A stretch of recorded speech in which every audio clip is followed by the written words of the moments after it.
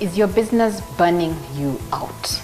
Yes, I know you founded the business, and even that statement by itself is making you feel guilty, because you should not feel guilty about it. So you've told yourself, you've thought that I founded it. I'm an entrepreneur. I should wake up every day with joy, with passion, and jump out of bed ready to face the day. But the reality, been running a business a couple of years, you don't. Some days you don't want to get out of bed. And we get overwhelmed. I think I've shared the story of my journey, and I've recently transitioned out of management. So I'm sharing conversations I'm having with people who are stuck, and they're wondering, how did I do this? How do I get unstuck? And I understand that stuck phase. I've run a business for 10 years, so I get it. So I was having a conversation with a lawyer yesterday, and he has great ideas about how to grow his law practice. He's even thinking, do I bring an investor for some of them?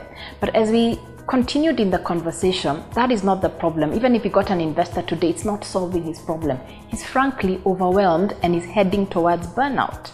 So you may be feeling like that. You may be feeling, I have ideas, but I'm never able to work on the ideas.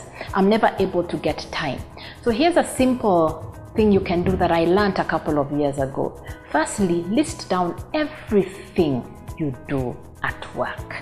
Everything. Carry a notebook around with you. You won't remember everything, but as you go to work, you answer phone calls. List that. Do you open the door? List that. Sign checks. List that.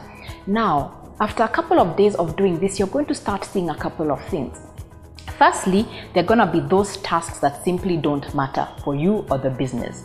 They're called the ones that are not urgent and they're not important, and you've got to trash them. Maybe it doesn't matter.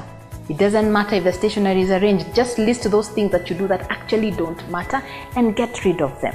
Secondly, you'll start seeing things that you shouldn't be doing. It's not that you don't even have people who can help you. Maybe you do, but you've just not empowered them to do those tasks. So start looking and saying, this particular set of tasks I no longer want to do. Because the thing is, if you keep doing, you only have so many hours in a day. There's only 24 hours.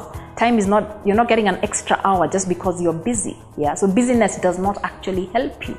So start saying, these are the ones I'd like to get rid of. There's some that you can get rid of today, but there's some that you can say, in 3 months, I'm going to train someone to do this. In 6 months, I'm going to hire someone to do this. In 1 year, I'm going to let someone else be doing that. So that is actually a process.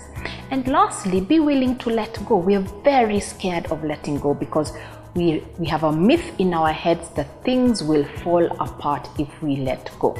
Now, my experience from this was the first time I sat in a room and there was a different trainer training, and it was not me training a class. I thought I was going to collapse.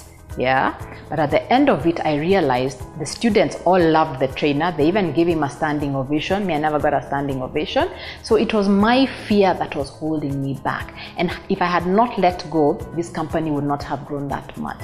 So those are the small things you can start doing to understand why you're always so frazzled, always so tired, always so overwhelmed, always so cranky, and frankly, not helping your business, not helping your team, and not helping yourself. So write down that list. Please give me your feedback as you do it, because I want to know what's happening as you do it, and keep subscribing for more on this conversation.